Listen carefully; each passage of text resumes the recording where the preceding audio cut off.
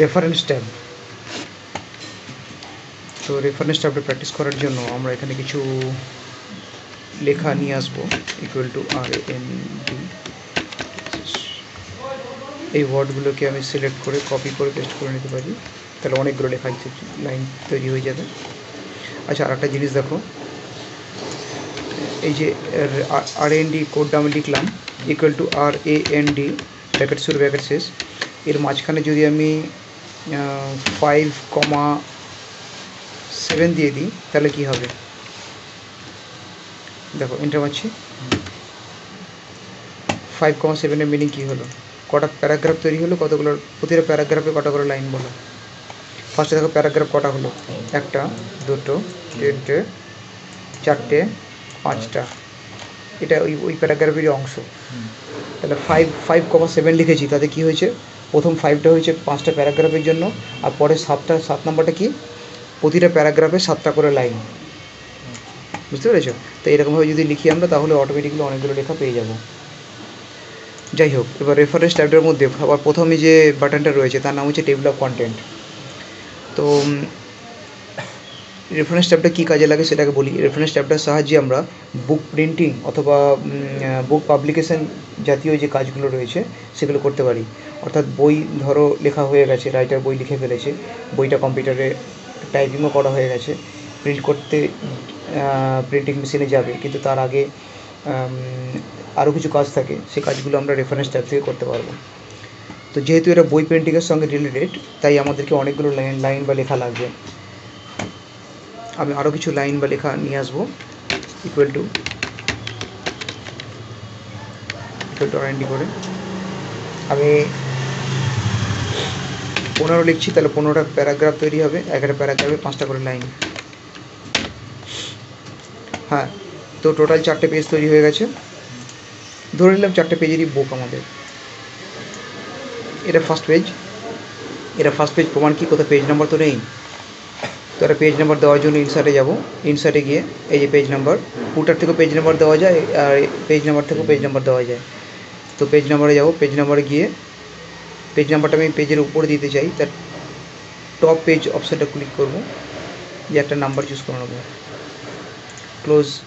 এ দেখো অটোমেটিক্যালি 1, 2 প্রতিটা পেজে আলাদা আলাদা নাম্বার চলে এসছে। তো এবার এই যে 1 নম্বর পেজ, 1 নম্বর পেজের আগে আমি সূচিপত্র তৈরি করতে চাই, যেটাকে ইংলিশে বলে টেবিল অফ কন্টেন্ট, অর্থাৎ কোন পেজে কত নম্বর চ্যাপ্টারটা শুরু হচ্ছে। ঠিক আছে? তো এটা করার জন্য আমাদেরকে রেফারেন্স ট্যাবের মধ্যে গিয়ে টেবিল অফ কন্টেন্টটা ব্যবহার করতে হয়। কিন্তু টেবিল অফ কন্টেন্টে ক্লিক করার আগে তোমাকে চ্যাপ্টারগুলো তো বানাতে হবে, কারণ এখানে এই স্টোরি বুকে তো কোনো চ্যাপ্টারই নেই। তো চ্যাপ্টার বানানোর জন্য প্রথমে 1 নম্বর চ্যাপ্টারে কার্সারটা রেখে আমি এন্টার মারলাম, দিয়ে কার্সারটাকে একটু উপরে তুলে একটা ফাঁকা জায়গা তৈরি করলাম, একটা ফাঁকা লাইন তৈরি হলো, ওখানে লিখছি চ্যাপ্টার 1 লিখে লেখাটা সিলেক্ট করলাম।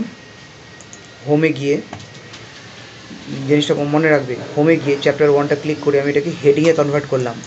হেডিং এটা করতেই হবে। তারপরে লেখাটাকে মাঝখানে আনা, বড় করা কি ছোটো করা, কালার করো কি না করো সেটা পরের ব্যাপার। মোস্ট ইম্পর্টেন্ট, যে লাইনটা লিখছো সেই লাইনটাকে হেডিংয়ে কনভার্ট করতে হবে। এরপর চ্যাপ্টার 2টা বানাচ্ছি আমি 2 নম্বর পেজে।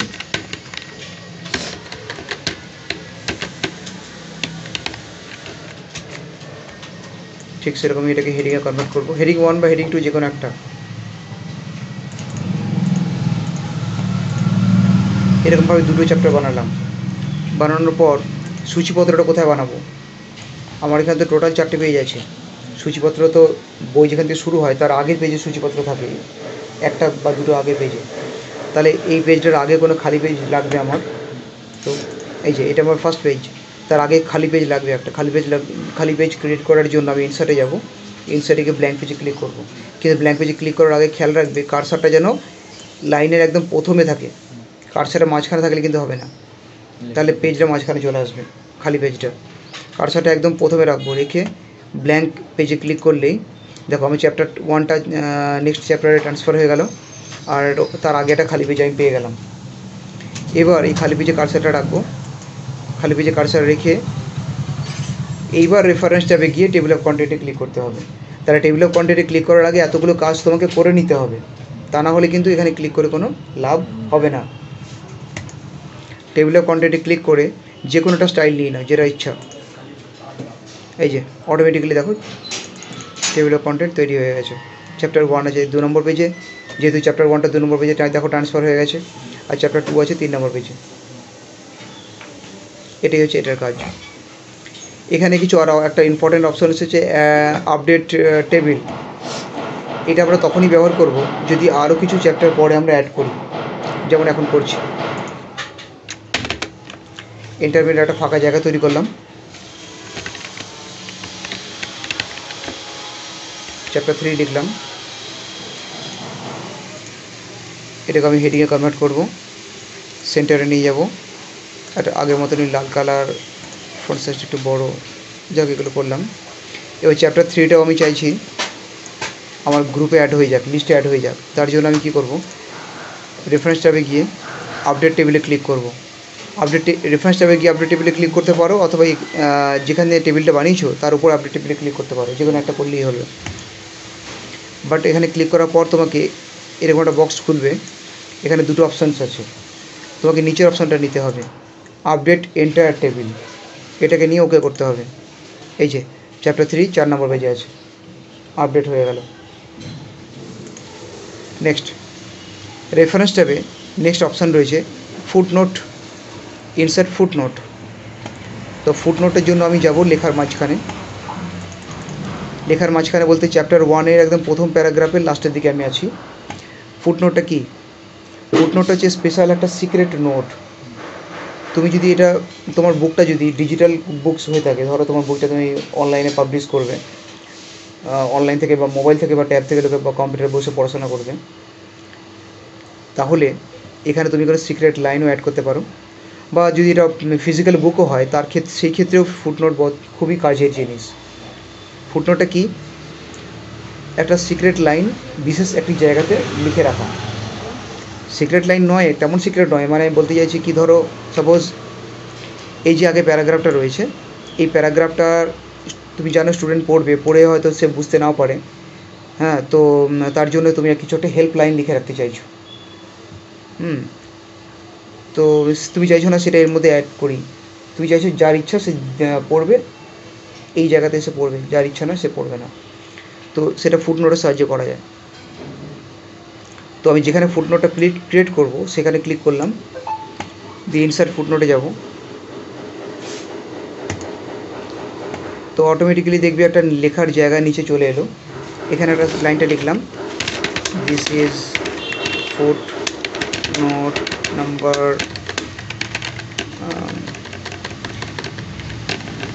1, এমনি কিছুটা লিখে দিলাম। অ্যাকচুয়ালি তোমার যেটা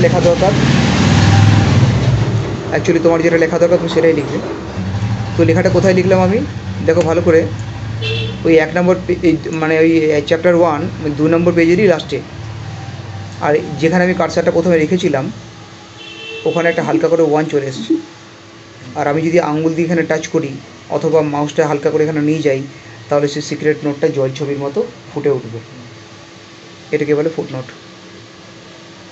অ্যাকচুয়াল নোটটা কোথায় আছে? ওই পেজেরই লাস্টে আছে। এরকম আর একটা ফুটনোট তৈরি করছি আমি, এটা করছি আমি 2 নম্বর পেজে, 3 নম্বর পেজে 2 নম্বর চ্যাপ্টারে। আবার insert footnote,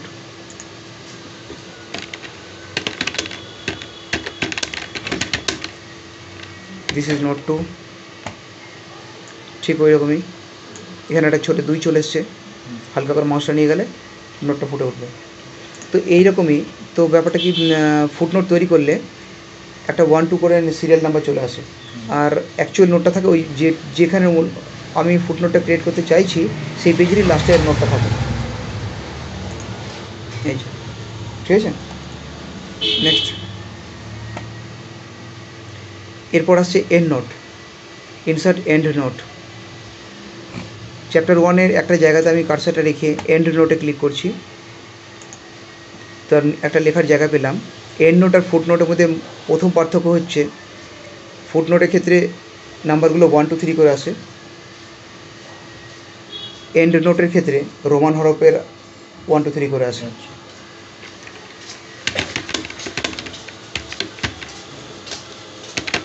this is end note 1 করে দিলাম। আর একটা মূল পার্থক্য হচ্ছে এন্ড নোটটার লেখার যে জায়গাটা পেলাম আমি, ওটা একদম ডকুমেন্টের লাস্টে, মানে পুরো বইটা যেখানে শেষ হচ্ছে সেইখানে। দেখো আমি এন্ড নোটটা বানাচ্ছিলাম এইখানে 2 নম্বর পেজের চ্যাপ্টার 1-এ, এই সেকেন্ড প্যারাগ্রাফে। এখানে দেখো এখানে একটা রোমান হরফ আই চলে এসছে, ঠিক আছে। এখানে হালকা করে মাউসটা নিয়ে গেলে এন্ড নোটটা দেখাচ্ছেও, কিন্তু অ্যাকচুয়াল নোটটা কোথায় আছে? একদম ডকুমেন্টের লাস্টে। এবার যদি আমি সেকেন্ড প্যারাগ্রাফে কোনো এন্ড নোট ক্রিয়েট করতে চাই, তাহলে সে ওই জায়গাতেই আসবে, মানে একদম ডকুমেন্টের লাস্টে।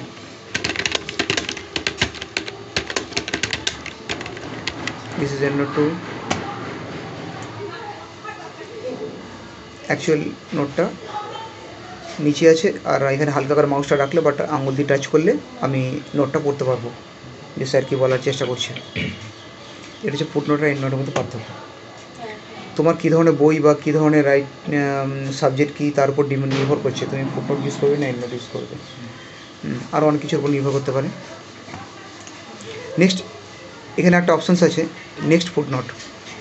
দেখো তুমি যদি ফুটনোট খুঁজতে চাও যে কতগুলো ফুটনোট আমার, ধরো এটা 100 পাতার একটা বই, 100 পাতার বইয়ের মধ্যে অনেক ফুটনোট হতে পারে আছে মাঝখানে, তো তুমি খুঁজতে চাইছো কোথায় কোথায় আছে ফুটনোট। তো প্রথম ফুটনোট যেখানে আছে সেখানে মাউসটা নিয়ে গেলে ক্লিক করলে কার্সারটা ওখানে চলে গেল। তারপরে তুমি নেক্সট ফুটনোটে ক্লিক করো, অটোমেটিক কার্সারটা সেকেন্ড ফুটনোটে চলে যাবে। আবার নেক্সট ফুটনোটে ক্লিক করো, আর যাচ্ছে না, তার মানে ফুটনোট দুটোই আছে। তাহলে অনেকগুলো পাতার লেখার মধ্যে থেকে আমি ফুটনোটগুলোকে সার্চ করতে পারবো যে কতগুলো ফুটনোট আমি বানিয়েছি, বা যদি কোনো ভুল থাকে, প্রবলেম থাকে, বা যদি ফুটনোট ডিলিট করতে হয় বা কিছু, তাহলেও আমি সেটাকে খুঁজে খুঁজে আপডেট করতে পারবো। তো ফুটনোট খোঁজার জন্য এটা হচ্ছে ফুটনোট খোঁজার জন্য। আচ্ছা, যদি আমি এন্ড নোট খুঁজতে চাই, তখন তার পাশে তীরটাতে ক্লিক করে আমাকে নেক্সট এন্ড নোটে ক্লিক করতে হবে, তখন কার্সারটা অটোমেটিক্যালি এন্ড নোটে চলে যাবে। বুঝে গেছে? আর যদি আমি এখানে এন্ড নোটটা সামনে রেখে শো নোটে ক্লিক করি এবং শো এন্ড নোটে ক্লিক, ভিউ এন্ড নোটে ক্লিক করে ওকে করি, তাহলে আমার এন্ড নোটটা যেখানে আছে সেখানে অটোমেটিক্যালি মাউসটা চলে যাবে। ঠিক আছে? তো এইভাবে আমি এন্ড নোট বা ফুটনোট সার্চ করতে পারবো যে কোথায় আমি লিখেছি, মানে কোথায় আমি লিঙ্কটা দিয়েছি, এবং অ্যাকচুয়াল নোটটা কোথায় লিখেছি সেটা খোঁজার জন্য এটা শো নোট। বোঝা গেছে?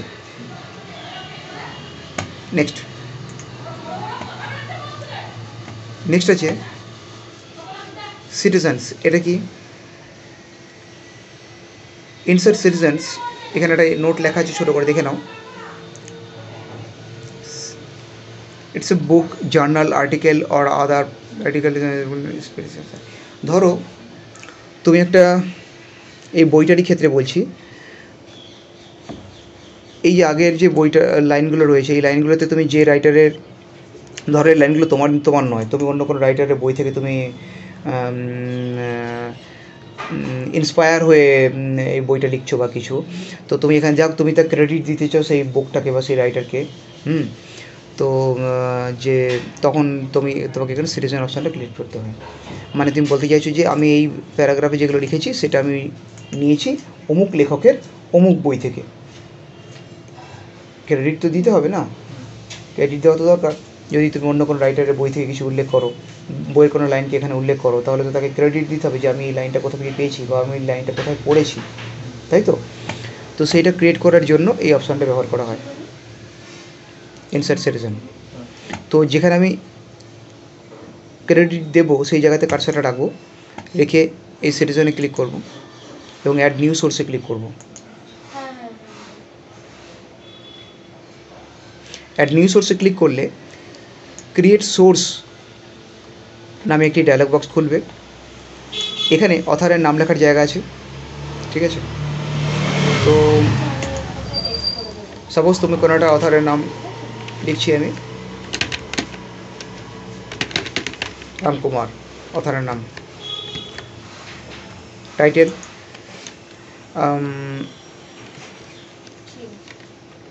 কোনোটা টাইটেল মানে হচ্ছে যে সেই যে বইটা লিখেছে বইটার নাম কি, ঠিক আছে?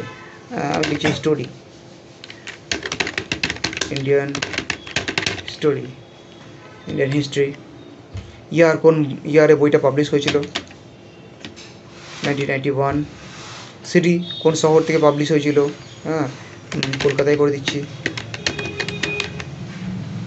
পাবলিশারকে, ABC পাবলিশার, ঠিক আছে। এইভাবে ডিটেলস কিছু দিতে হবে, দিয়ে ওকে করতে হবে। ওকে করার সঙ্গে সঙ্গে তুমি দেখবে যেখানে কারসারটা ছিল ওখানে রাইটারের সারনেমটা এবং কোন ইয়ারে পাবলিশ হয়েছে সেই ইয়ারটা শর্টে চলে এসছে, ঠিক আছে। আমি এতগুলো ডিটেল দিলাম তো এলো কি শর্টে, কারণ কি দেখো ওই ডিটেলগুলো সব যদি তুমি লেখার মধ্যে ঢুকিয়ে দাও তাহলে তো যেটা পড়া অরিজিনাল স্টোরিটা যেটা সেটা তো ঢেকে যাবে না, আর বইয়ের ধর্মটাই নষ্ট হয়ে যাবে।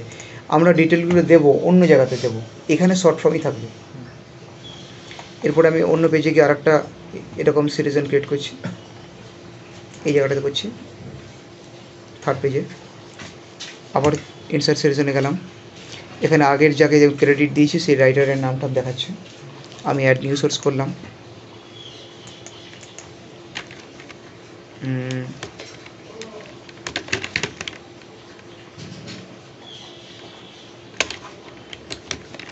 পূজা দাস করলাম, ধর কোনো একটা রাইটার এটা, হ্যাঁ।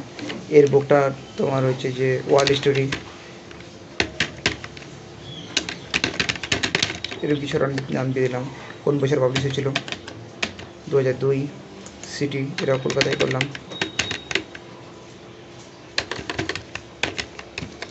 পাবলিশার্স XYZ,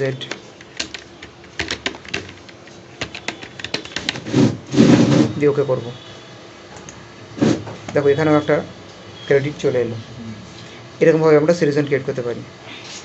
এবার যে সিরিজেনটা ক্রিয়েট হলো, এবার এখানে দেখো কিছু অপশানস রয়েছে। ম্যানেজ সোর্সে ক্লিক করলাম। ক্লিক করলে তুমি যে যাদেরকে তুমি ক্রেডিট দিয়েছো, ডিটেলগুলো লিখেছো, সেগুলো তুমি এখানে দেখতে পারবে। তুমি যদি মনে করে থাকো তুমি কিছু ভুল লিখেছো, তাহলে সেটা ক্লিক করে তুমি এটাকে এডিটও করতে পারবে। এডিট করলে ওই জায়গাটা তুমি আরেকবার পেয়ে যাচ্ছ। তাহলে এটা কী করে পার করলাম, ম্যানেজ থেকে, মানে ম্যানেজে গিয়ে তুমি যদি যাদেরকে ক্রেডিট দিচ্ছ তাদের মধ্যে যদি কোনো পরিবর্তন আনতে চাও তাহলে এগুলোর মধ্যে পরিবর্তন আনতে পারবে এডিটে গিয়ে, বা তুমি নিউ করে আরেকটা ক্রিয়েটও করতে পারবে। তার নিচে রয়েছে স্টাইল। তার একটা ড্রপডাউন লিস্ট রয়েছে, এখানে APA field 5th addition something কিছু রয়েছে, 6th এডিশন। তো এখানে এই সেটিংগুলো তুমি চেঞ্জ করে দেখতে পারো, যেমন হোস্ট নেম শর্ট ক্লিক করলাম, এটা একই দেখাচ্ছে। এর মধ্যে এগুলোতে ক্লিক করলে কোনো লাভ হবে না, একই রকম চেঞ্জ হবে না। আমরা দেখো নেমটা শর্ট হয়ে গেল। আমাদের মেনলি এখন দেখতে হবে বিবলিওগ্রাফিটা কী। বিবলিওগ্রাফিটা এটা নিয়ে নাও। বিবলিওগ্রাফিটা হচ্ছে আমি পুরো 100টা পাতার বইয়ের মধ্যে যতগুলো রাইটারকে ক্রেডিট দিয়েছি তার একটা টেবিল। তো সেটা আমি বানাবো একটা ফাঁকা জায়গাতে। আর ফাঁকা জায়গায় চলে এলাম, ফাঁকা জায়গা মানে যেখানে টেবিল অফ কন্টেন্ট বানিয়েছিলাম সেই জায়গাতে এলাম, এসে ফাঁকা জায়গায় কার্সারটা নিয়ে গেলাম, নিয়ে গিয়ে বিবলিওগ্রাফিতে ক্লিক করো আর যে কোনোটা স্টাইল নিয়ে নাও। দেখো যে দুটো রাইটারকে ক্রেডিট দিয়েছিলাম তাদের পুরো ডিটেলগুলো এখানে চলে এলো। এটা বিবলিওগ্রাফি বলে, বুঝে গেছে। নেক্সট আর 2-3টে অপশান রয়েছে, এগুলো দেখে নাও, বাকিটা নেক্সট দিন এসে প্র্যাকটিস করবে।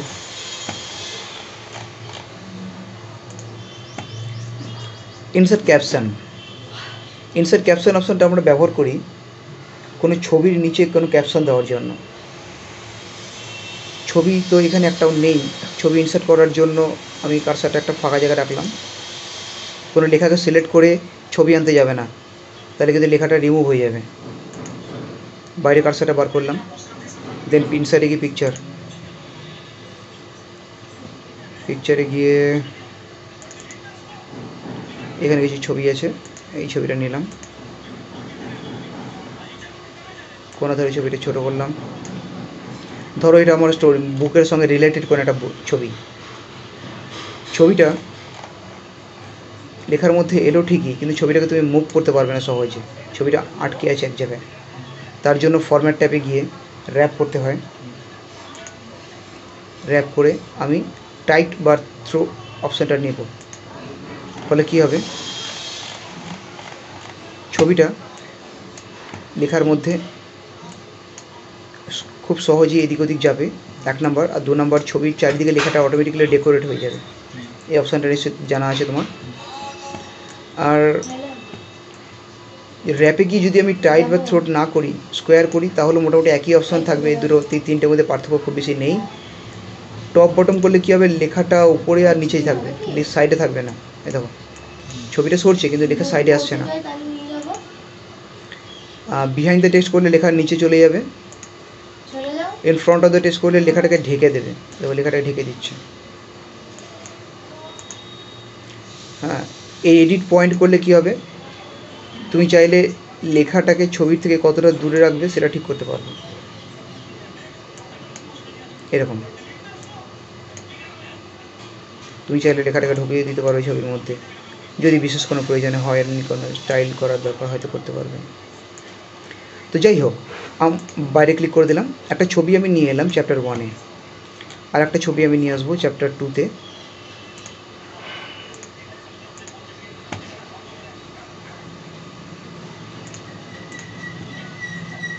এই ছবিটাকেও তাই মুভ হবে না, ছবি প্রথমবার আনলে সেটা লক হয়ে থাকে।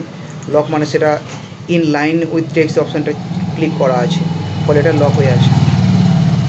এখান থেকে আমি সেটাকে টাইট অপশানটা নিলাম, ছবিটা এলো এখানে, একটু বড় করে দিলাম। এবার এই ছবিগুলোর নিচে আমি কিছু ক্যাপশন দিতে চাই। তো সেটার জন্য ফার্স্ট ছবিতে ক্লিক করব, তারপরে রেফারেন্স ট্যাবে যাব। এবার আমরা শিখবো এই ক্যাপশনটা কী করে দিতে হয়। দেখো, তাহলে ক্যাপশন বাটনে ক্লিক করলেই ক্যাপশন হয়ে যাবে না, তার আগে ছবি তোমাকে নিয়ে আসতে হবে লেখার মধ্যে। তো লেখাটাকে ছবিটাকে সিলেক্ট করলাম, ইনসার্ট ক্যাপশনে গেলাম। ক্যাপশনে গিয়ে এখানে ফিগার 1 লেখা আছে। ফিগার 1টা কি? ফিগার 1টা আমি যদি এখানে কিছু একটা লিখে দিই, যে ওকে করে দিই, দেখো লেখাটা অটোমেটিক্যালি নিচে চলে এলো, তার পাশে লেখা আছে ফিগার 1। ডিলিট করে দিলাম, আমি আরেকবার দেখাচ্ছি। ফিগার 1টা কি? ফিগার 1টা হচ্ছে একটা গ্রুপের মতন। এখানে ফিগার অপশানটা রয়েছে তাই ফিগার দেখাচ্ছে। আমি যেখানে টেবিল নিয়ে নিই তাহলে এখানে টেবিল 1 চলে আসবে। অ্যাকচুয়ালি এই যে লেভেলটা বা গ্রুপটা, এই যে লেভেলটা, এই লেভেলটা সেট করে দেয় যে পুরো বইটার মধ্যে তোমার কতগুলো ছবি আছে। প্রতিটা ছবিতে এই নামটাই থাকবে, মানে প্রতিটা ছবি, পুরো বইয়ের মধ্যে যতগুলো ছবি আছে তার লেভেল তো মানে তার টাইটেলটা বা হেডলাইনটা আলাদা আলাদা, কিন্তু প্রতিটা ছবির সামনে, প্রতিটা ছবির নামের আগে এরকম একটা, প্রতিটা ছবির নামের আগে এরকম একটা লেভেল থাকবে। ঠিক আছে, এরকম আমি টেবিল না করে স্কোয়ার এডিশনস ইকুয়েশন করতে পারো, বা তুমি চাইলে নিউ লেভেল ক্রিয়েটও করতে পারো। আমি নিউ লেভেল ক্রিয়েট করছি, আমি লিখে দিচ্ছি মাইপিক লিখে দিলাম। তো দেখে এখানে অটোমেটিক্যালি মাইপিক 1 চলে যাবে। এবার আমি পুরো 100টা পাতা বইয়ের মধ্যে যতগুলো পিকচার আনবো, আর পিকচারের সাইডে যা কিছু লিখি না কেন আমি, তার আইনটা মাইপিক 1, মাইপিক 2 করে এমনি আসবে, লেভেল আসবে। তো মাইপিক 1 লেখার পর আমি এখানে একটা কোলন দিলাম, দিয়ে এখানে আমি লিখে দিলাম ছবিটা কে তুলেছে তার নামটা লিখতে পারি, ফটোগ্রাফারকে, অথবা ছবিটা কিসের ফটো, আইফেল টাওয়ারের ফটো, আমি এখানে লিখতে পারি আইফেল টাওয়ার বা কিছু। মোট কথা ছবিটার সম্বন্ধে তোমাকে একটা লাইন লিখতে হবে। ঠিক আছে, আমি এখন ফটোগ্রাফারের নাম লিখছি সন্তোষ। তার আগে লিখতে পারি ক্যাপচার্ড বাই সন্তোষ, এরকম কিছু একটা লিখে দিলাম, দিয়ে ওকে করলাম। দেখো অটোমেটিক্যালি ছবির নিচে একটা ক্যাপশন চলে এলো। ঠিক চ্যাপ্টার 2-তে গিয়ে এই ছবিটা ক্লিক করলাম, ছবিতে ক্লিক করতে হবে, ছবিতে ক্লিক করে তবে ক্যাপশনে যাব। এখানে থেকে অটোমেটিক্যালি মাইপিক 2 চলে এসছে। এখানে একটা কোলন দিলাম জাস্ট সাজানোর জন্য, আর লিখছি এটা কে, ছবিটা কে তুলেছে, ওই ধরো সন্তোষই তুলেছে, কিছুটা লিখে দিয়ে আমি ওকে করলাম, চলে এলাম। এরকম পুরো বইয়ের মধ্যে তুমি যতগুলো ছবি আছে ওই ছবির নিচে এরকম ক্যাপশন সেট করতে পারবে। ঠিক আছে, আর এই সূত্রে বলে রাখি, ছবিগুলো লেখার কোন জায়গায় আছে সেটা আগে তোমাকে সেট করে নিতে হবে। ছবিটা কতটা বড় হবে কি ছোটো হবে সেটা আগে তোমাকে সেট করে নিতে হবে, তারপরে ক্যাপশনটা দিতে হবে। কেন? কারণ ক্যাপশন সেট করার পর তুমি যদি মনে করো না ছবিটা একটু ডান দিকে সরাবো আমি, তখন কী হবে দেখো, হ্যাঁ কন্ট্রোল জেড। যাই হোক, এইবার কি করব, এইবার এখানে একটা ইনসার্ট টেবিল ফিগার রয়েছে, ওই মানে পুরো বইয়ের মধ্যে কতগুলো ছবি আছে তার একটা টেবিল বানাতে পারবো। সেটাও আমি খালি পেজে যাব, খালি পেজে গিয়ে ইনসার্ট টেবিলে ক্লিক করব অ্যান্ড ওকে। এ দেখো এই নামের ছবিটা আছে 1 নম্বর, 2 নম্বর পেজে, এই নামের ছবিটা আছে 3 নম্বর পেজে। ঠিক আছে, আরেকটা জিনিস দেখো, এখানে মাউসটা নিয়ে গেলে একটা কিছু দেখাচ্ছে, কন্ট্রোল ক্লিক, ফলো লিঙ্ক। এটা কি, এইখানে বলছে আমাদেরকে যে আপনি কন্ট্রোল বাটনটা ধরে রেখে মাউসটা এখানে নিয়ে যান। মজার ব্যাপার, আমি কন্ট্রোল বাটনটা ধরে রেখে মাউসটা নিয়ে গেলে একটা হাতে চিহ্ন দেখবো, আর এখানে ক্লিক করার সঙ্গে সঙ্গেই অটোমেটিক্যালি ওই জায়গায় চলে যাবে আমার মাউস পয়েন্টারটা, যেখানে ওই ছবিটা আছে। বোঝা গেছে? নেক্সট,